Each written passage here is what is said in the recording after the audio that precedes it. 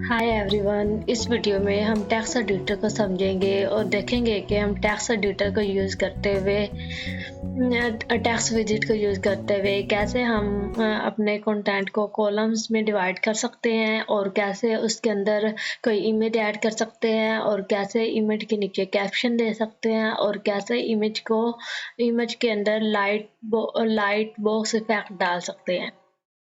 इसके बाद हम देखेंगे कि इमेज को कैसे क्लिकेबल बना सकते हैं और टेक्स्ट विजिट के अंदर कैसे हम नंबर, बुलेट या फिर कोई आइकन को डिस्प्ले करवा सकते हैं। और उसके बाद हम देखेंगे कि कैसे हम टेक्स्ट एडिटर की मदद से कोई कोटेशन राइट कर सकते हैं और कैसे अगर कोई कोड स्निपेट ऐड करना हो तो वो कैसे ऐड कर सकते हैं। और अगर हमें स्पेसिफिक टेक्स्ट एडिटर के अंदर ही हॉरिजॉन्टल लाइन डालनी हो 1 या फिर 2 तो वो कैसे डाल सकते हैं। और किसी स्पेसिफिक वर्ड को कलर देना हो वो देखेंगे। और उसके बाद हम देखेंगे कि कैसे हम टेक्स्ट एडिटर की मदद से 2 टाइप इमेज डिस्प्ले करवा सकते हैं और उसको कैसे स्टाइलाइज कर सकते हैं। और उसके बाद देखेंगे कि कैसे हम टेक्स्ट एडिटर के मदद से ये हेडिंग ऐड कर।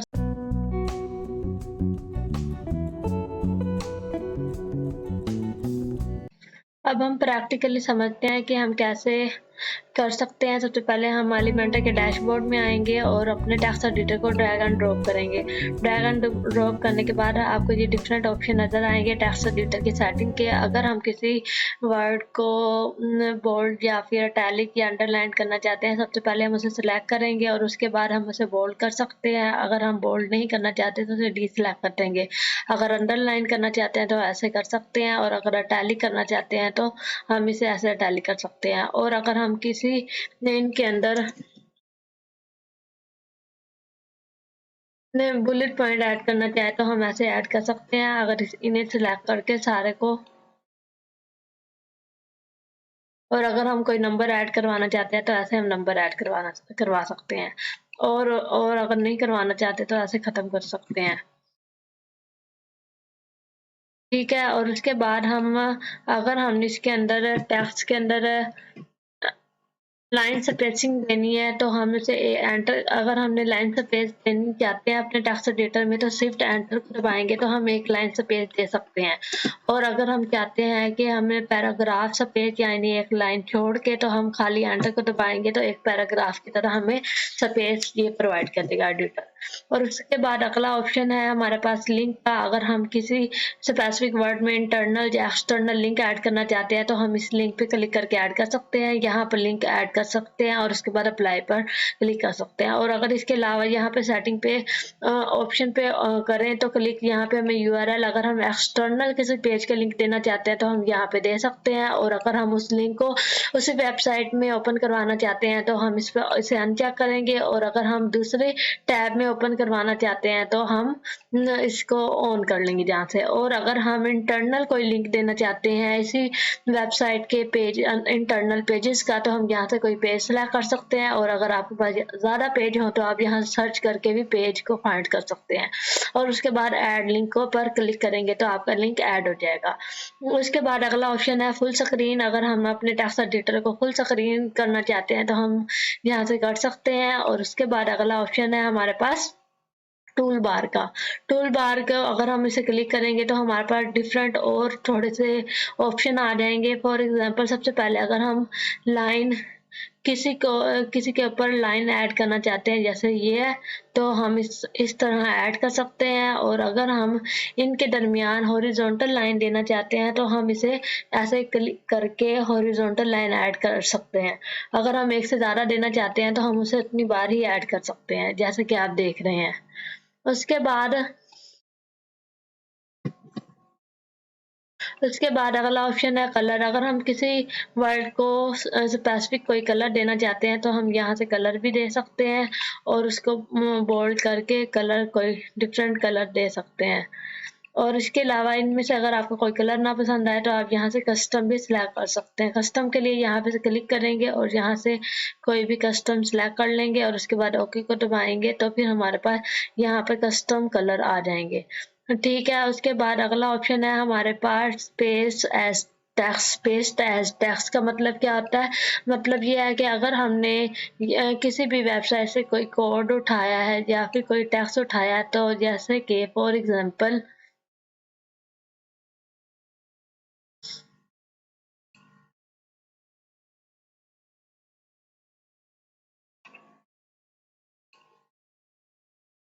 इस कोई भी वेबसाइट का हम ऐसे फॉर्मेट उठाते हैं तो आप देखेंगे यहाँ पर लिंक उनकी जैसी फॉर्मेट उनके टेक्स्ट की है, सेम टू सेम ऐसे ही यहाँ पर डिस्प्ले हो जाएगी उनके लिंक वगैरह। अगर आप चाहते हैं कि हम किसी वेबसाइट से कॉपी भी करें और उनके लिंक वगैरह ना आए, तो हम उसके लिए क्या करेंगे?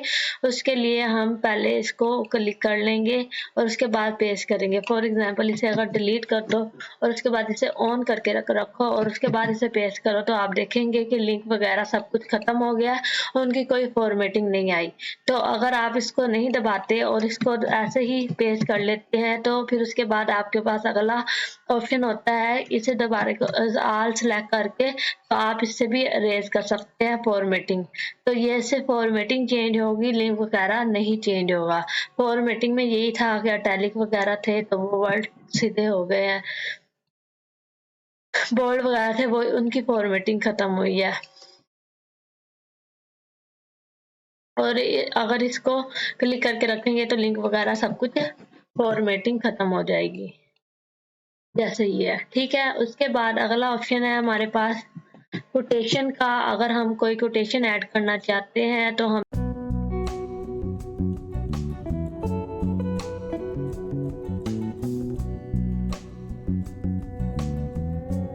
इसमें कोटेशन ऐड कर सकते हैं। फॉर एग्जांपल अगर हम ये कोटेशन देना चाहते हैं तो हम इसे क्या करेंगे? सिंपल इधर आएंगे और इसको सिलेक्ट ऑल करके कोटेशन ऐड कर सकते हैं जब हम। और उसके बाद ये सिंपल कैसे ऐड कर सकते हैं? सिंपल ऐड करने के लिए हमें यहाँ पे स्पेसिफिक ऑप्शन दिया हुआ है, हम इसे क्लिक करके यहाँ से कोई भी सिंबल ऐड कर सकते हैं। जैसे ये हार्ट का है तो हम इसे यहाँ से सिंबल ऐड कर सकते हैं। उसके बाद अगला ऑप्शन हमें दिया हुआ है अलाइनमेंट का, कि हम अपने टेक्स्ट को कहाँ अलाइन करना चाहते हैं। जब हमारे पास पैराग्राफ की सूरत में हो तो हम उसे अलाइन कैसे करना चाहते हैं? सेंटर में करना चाहते हैं या फिर राइट पे उसमें। अगर ये टेक्स्ट ज़्यादा होता तो फिर हमें कुछ नज़र आता। उसके बाद यहाँ पर अगर हम डिक्रीज इंडेंट का मतलब ये होता है कि अगर हम कोई स्पेस देना चाहते हैं, इधर को स्पेस देना चाहते हैं तो ये इधर को होगा, जैसे यहाँ एरो का निशान बने हुए हैं। और अगर हम इधर से जैसे वही हो गया सेंटर में लेफ्ट और राइट करने के लिए हमें ये ऑप्शन दिया जाता है। उसके बाद फॉर्मेटिंग को अनडू और रीडू करने का ऑप्शन दिया हुआ है, बस इसके अंदर इतना ही। उसके बाद हम ये देखना है कि अब हम किस तरह अपने कंटेंट को कॉलम्स में डिवाइड कर सकते हैं। उसके लिए अगर हमारे पास ये हो टेक्स्ट,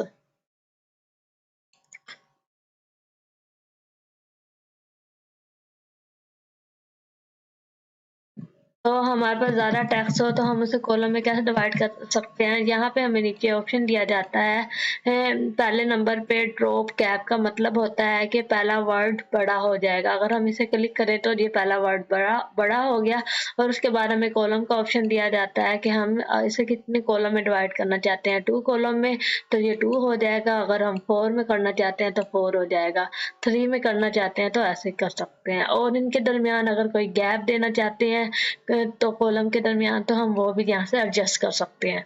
और उसके बाद हम इसके अंदर मीडिया कैसे इंसर्ट कर सकते हैं, उसके लिए हमें ये ऑप्शन दिया हुआ है कि हम अगर इस इधर क्लिक करें और उसके बाद कोई भी मीडिया को इंसर्ट करें तो यहाँ से हम सिंपली वो इंसर्ट कर सकते हैं। और इंसर्ट करने के बाद आप देखेंगे उसको यहाँ पे हमें डिफरेंट ऑप्शन दिए जाते हैं इसको वो करने एडजस्टमेंट करने के। अगर हम यहाँ से करें तो हम उसको लेफ्ट अलाइन कर सकते हैं इमेज को, अगर सेंटर में करें तो सेंटर अलाइन कर सकते हैं, और अगर राइट पे करें तो राइट में, और अगर नो अलाइनमेंट देना चाहें तो हम यहाँ से सिलेक्ट कर सकते हैं। उसके बाद अगर हम पेंसिल पे क्लिक करें तो हमें डिफरेंट ऑप्शन होते हैं, जैसे कि कैप्शन।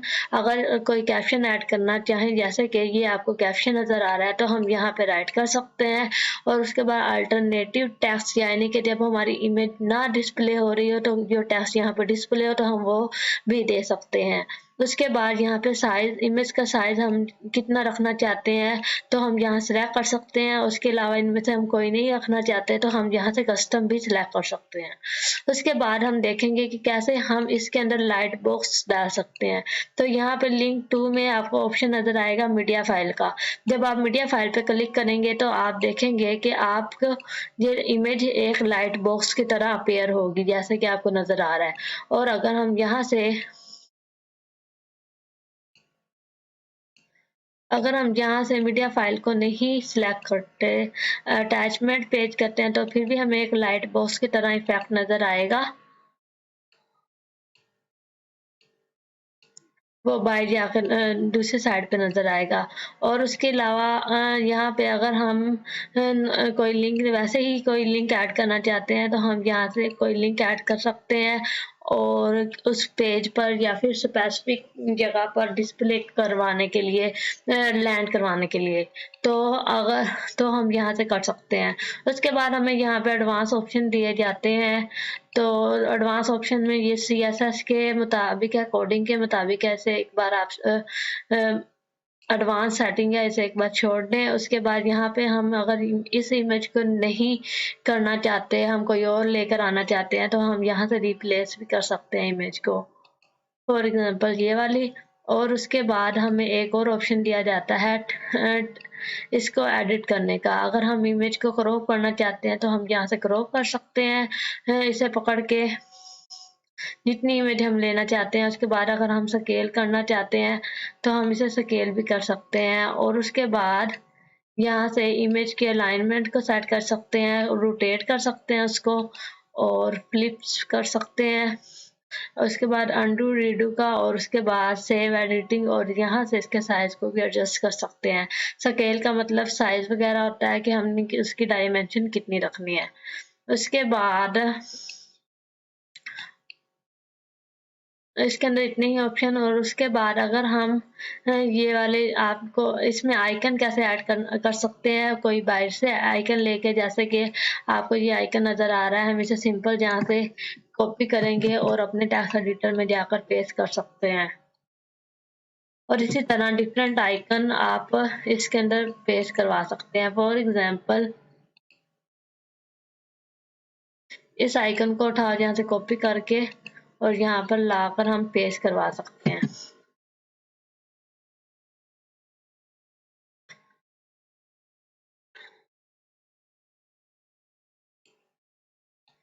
तो देखें आपको यहाँ पे नजर आ रहा है। उसके बाद हमारे पास अगला ऑप्शन होता है इसकी स्टाइल का, कि हम इसके अंदर कंटेंट को अलाइनमेंट कर सकते हैं। उसके बाद अगर हम इसे कलर देना चाहें तो यहाँ से कलर सेलेक्ट कर सकते हैं। उसके बाद उसके फॉन्ट साइज वगैरह यहाँ से सिलेक्ट कर सकते हैं। और उसके बाद फॉन्ट की अपनी, आपको पता है, जो जो सेटिंग होती है वो कर सकते हैं। और उसके बाद अगर हम शेडो देना चाहें तो हम शेडो भी दे सकते हैं।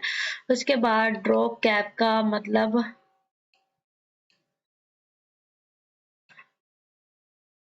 एक मिनट,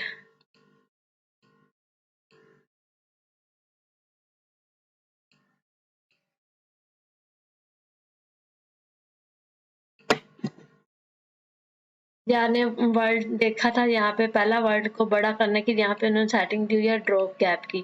तो उसके अंदर हम सेटिंग कर सकते हैं कि अगर हम डिफॉल्ट रखना चाहें तो ऐसे रख सकते हैं, और अगर हम उसे फ्रेम में रखना चाहें तो ऐसे रख सकते हैं, और अगर हम ऐसे रखना चाहें तो रख सकते हैं। और उसके बाद इसका अगर कोई कलर देना चाहे तो हम वो कलर भी सेट कर सकते हैं। ठीक है। उसके बाद उसमें अगर शेडो ऐड करना चाहें वो ऐड कर सकते हैं। और उनका साइज, कितने साइज का हमने डिस्प्ले करवाना है वो हम यहाँ से कंट्रोल कर सकते हैं। और स्पेस कितनी देनी है हम वो कंट्रोल कर सकते हैं। और उसके दरमियान अगर हम उसमें बॉर्डर देना चाहते हैं तो हम उसे बॉर्डर भी दे सकते हैं। उसके बाद इसकी टाइपोग्राफी दी जाती है कि हम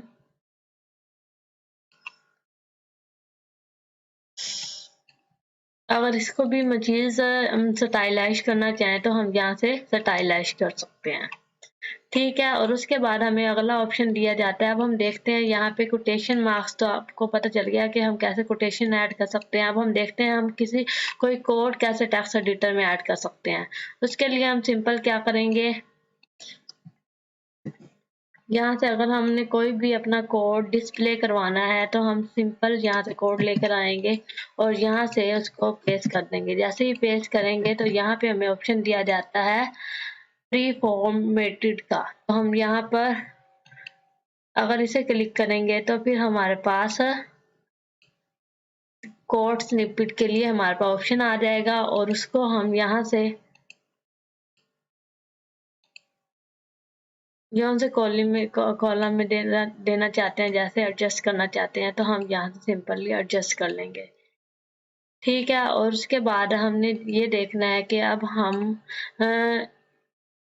ऐसे इमेज कैसे ऐड कर सकते हैं। उसके लिए हम सिंपल यहाँ पर आएंगे और यहाँ से मीडिया की कोई भी 2 इमेज ऐड कर लेंगे।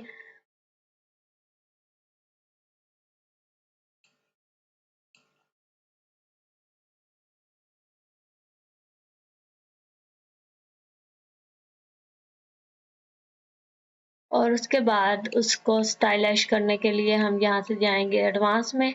एडवांस में जाने के बाद हम उसे सिंपल यहाँ पर आएंगे मास्क में आने के बाद जब इसे हम ऐसे करेंगे ऑन करेंगे तो यहाँ पर हमें डिफरेंट ऑप्शन नज़र आ रहे हैं, सर्कल, फ्लावर। तो हम यहाँ से कोई भी उसे दे सकते हैं। तो यहाँ पे अगर हम कोई कस्टम पे इमेज सेलेक्ट करेंगे और इमेज कोई कस्टम ऐड करना चाहें तो हम यहाँ से कस्टम भी कोई ऐड कर सकते हैं, जैसे ये है।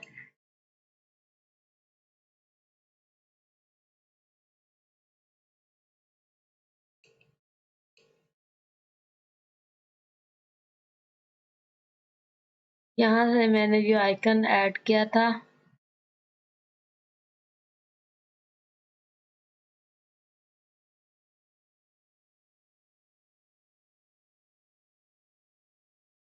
अगर हम इस आइकन में भी डिस्प्ले करवाना चाहें तो ऐसे भी डिस्प्ले करवा सकते हैं। तो यहाँ से हम कोई भी इमेज लेकर उसके अंदर अपने डिस्प्ले करवा सकते हैं इमेज को। फिलहाल इसमें करवा लेते हैं। उसके बाद इसमें डिस्प्ले करवाया हुआ था और उसके बाद उसको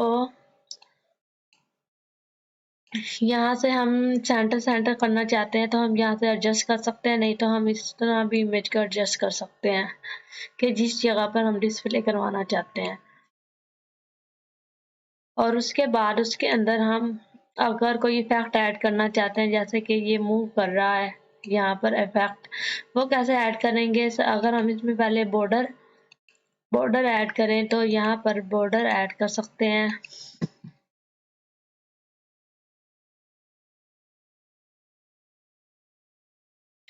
तो बॉर्डर का यहाँ से अगर हम कलर दें होवर में जाकर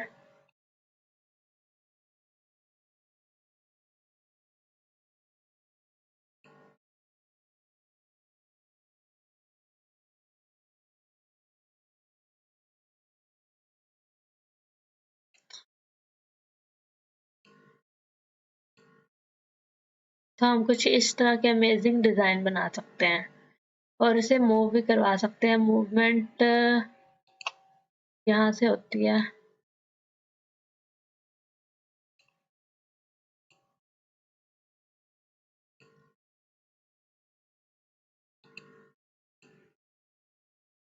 जिस स्टाइल में भी हम मूव करवाना चाहें तो हम यहाँ से मूव करवा सकते हैं। और उसके बाद हमारे पास अगला ऑप्शन है कि इसके अंदर हेडिंग हम कैसे ऐड कर सकते हैं टेक्स्ट एडिटर में। तो हम सिंपल यहाँ पर हमें यहाँ पे टेक्स्ट एडिटर में ऑप्शन दिया होता है, यहाँ पर आएंगे और यहाँ पर जिसको हमने हेडिंग बनाना है तो हम हेडिंग बना सकते हैं और जो सी भी हेडिंग देनी है तो हम उसको सिलेक्ट करके हेडिंग दे सकते हैं। बस टेक्स्ट एडिटर में इतने ही ऑप्शन थे। उम्मीद है कि आपको समझ आई होगी।